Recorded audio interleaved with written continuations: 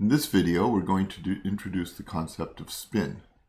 We'll start by defining the intrinsic angular momentum, or the spin. Then we'll talk about the spin 1/2 system. And then we'll talk about Pauli spin matrices. In quantum mechanics, we're generally dealing with small particles like electrons. And these can be described as sort of point-like particles. We've already seen that the hydrogen atom solution contains orbital angular momentum.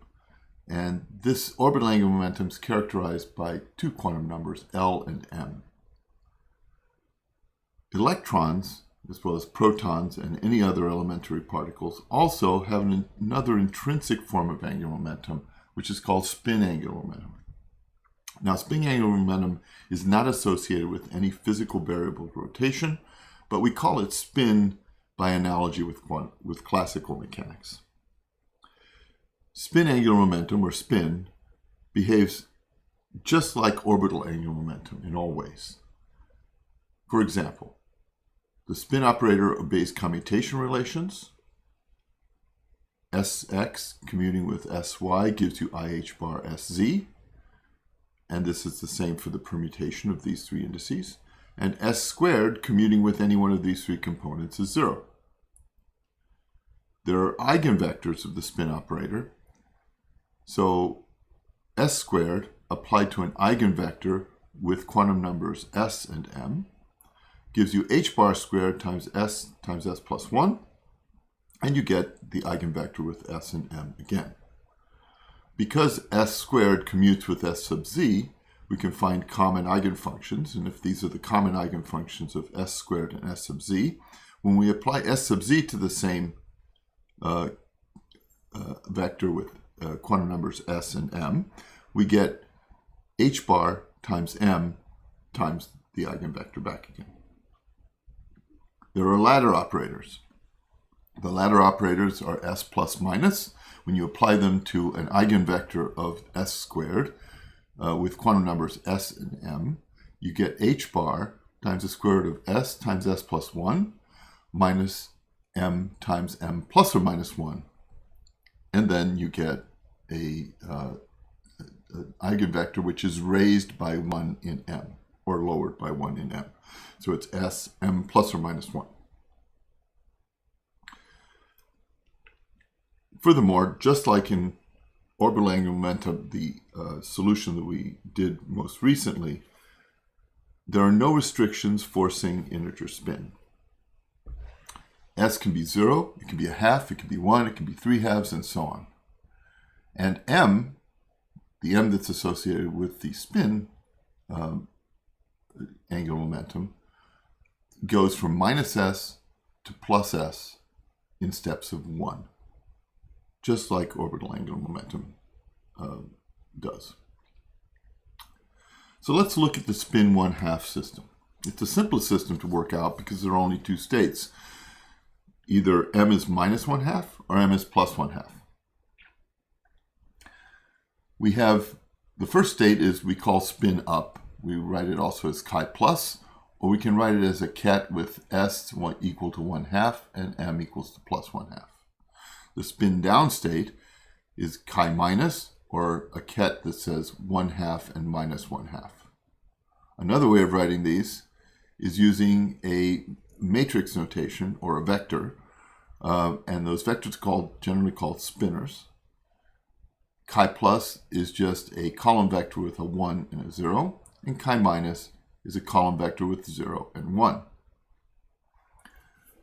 The general state of a spinner is just chi is represented by a vector A, B. And that can be rewritten in terms of the chi plus and chi minus as A times chi plus B times chi minus. Because of the basis set of 2, spin up and spin down, operators are all 2 by 2 matrices in this spin space for the spin 1/2 system. The S squared operator can be written as a 2 by 2 matrix with C, D, E, and F. And it applied it to one of the two eigenstates, which is spin up or spin down, you get s times s plus 1 times h bar squared when you apply s squared, and you get the eigenvector back again. In this case, s is 1/2, so this is 1/2 times 1/2 plus 1, which is 3/2. So for the spin 1/2 system, we always get 3/4 h bar squared times the eigenvector back again. What we want to do now is find the 4 elements of the spin squared matrix, so we can write it down in a matrix equation.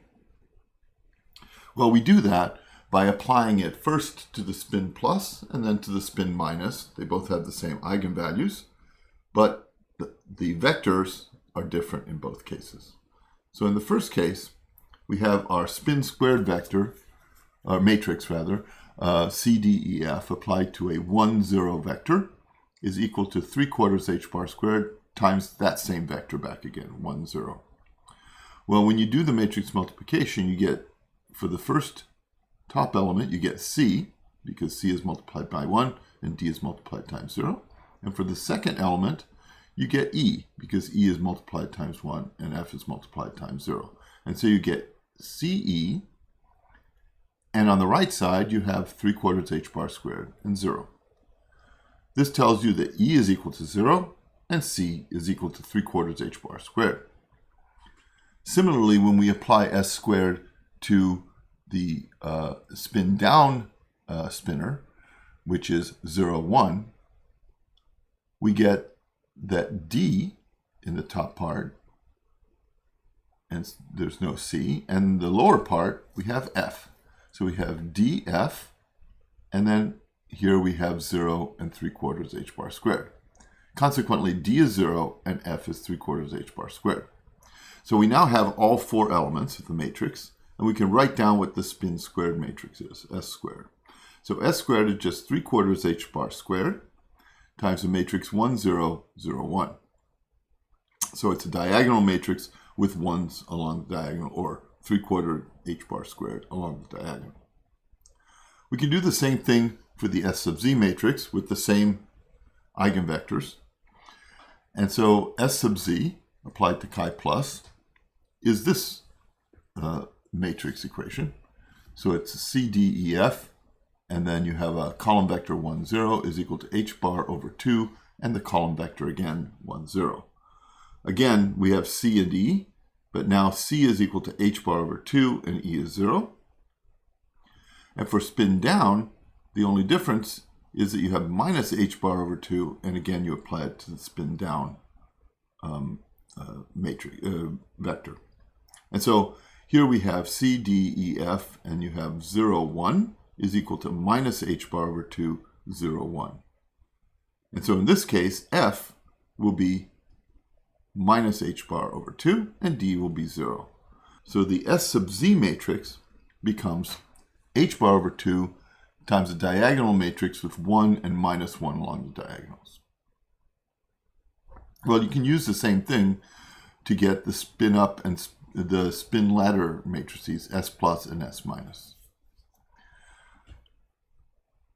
The general form of the way a spin ladder matrix acts on a vector, on one of the eigenvectors of S squared, is that spin plus minus, S plus minus applied to Sm ket, is equal to h bar times the square root of S plus 1 minus M plus or minus 1, S M plus or minus 1 ket.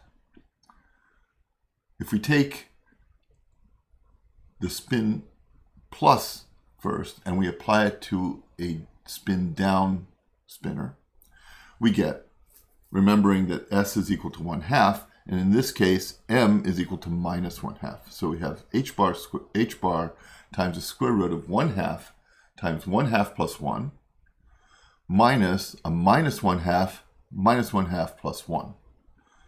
So clearly this gives us 3/4, and this one here gives me 1/2 times minus 1/2, which is minus 1/4, times a minus sign, which is plus 1/4. So we have 3/4 plus 1/4, which just gives you h bar times chi plus. When we apply the same S plus matrix to the chi-plus state, of course, it's going to give us 0 because there are no states above in which the chi-plus can be raised. So we get a 0 here. These two equations can be written as a matrix equation. So for the spin-up state, the S plus matrix, we have C, D, E, F applied to 0, 1 gives you H bar times 1, 0. Well, what does this mean? This means that the first term on the top is D. So you have D, and the lower term is F, and the D is the term that gives you H bar. So this is D equals H bar. The second equation says that C, D, E, F applied to 1, 0 just gives you 0. And so that means that we had D and F, F being 0, D being H bar, C and E in this case are both 0. So this gives us that D is equal to H bar, C, E, and F are all 0. That means that the S plus matrix becomes rather simple. It's S plus is equal to H bar times a 0, 1, 0, 0. Now notice that this is not a diagonal matrix. Not surprisingly, it's not Hermitian. And in addition, it's not symmetric matrix, it's not Hermitian. And what it does is it couples the state with spin down to the state with spin up. We can do the same thing for the S minus matrix. So S minus applied to chi plus gives us H bar times the square root of 1/2 times 1/2 plus 1, again 3/4, minus 1/2 times 1/2 minus 1, again 1/4. This gives you then H bar times chi minus, because you have to lower the chi plus state into the chi minus state with the S minus matrix. When we now apply the S minus matrix to chi minus, you get 0. Again, this gives us two matrix equations. The first one being C, D, E, F spin up gives me H bar spin down. And the second of which gives me C, D, E, F spin down gives me 0. Well, once again, we can look here and see that the only term that survives out of this is the term with E. Because the top, it gives me C, but there's a 0 in this term. Down here you have H bar, and that would be E times 1. So in this case, E is equal to H bar, and C, D, and F are all equal to 0. So the spin S minus matrix is then equal to H bar times 0, 0, 1, 0.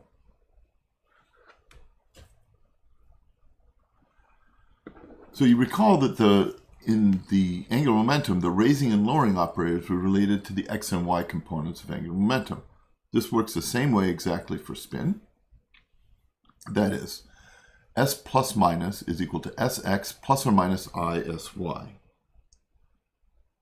That means that we can rewrite Sx and Sy in terms of the S plus S minus matrices, such that Sx is 1/2 times S plus S minus, and Sy is equal to 1/2I S plus minus S minus. You can therefore write the matrix representations for Sx and Sy because we know what the matrix representations for S plus and S minus are. Well, for Sx, you get H bar over 2 times 0, 1, 1, 0. So it's a symmetric matrix because, of course, this is Hermitian, but it is not a diagonalized matrix because we are in the basis set of Sz. Similarly, Sy is H bar over 2, 0 minus I 0. Again, this is a Hermitian matrix because when you take its complex conjugate, right, it's the transpose matrix. But it's not a diagonalized matrix because we are in the basis set of the S sub z operator, not the S sub x or S sub y operators. Now, each component of spin has a free prefactor of H bar over 2. So it's more common, or often common, to write these in terms of the so-called Pauli spin matrices, which have eliminated this h bar over 2 term in front. These are called, so the S vector is equal to h bar over 2 times the Pauli spin matrix vector.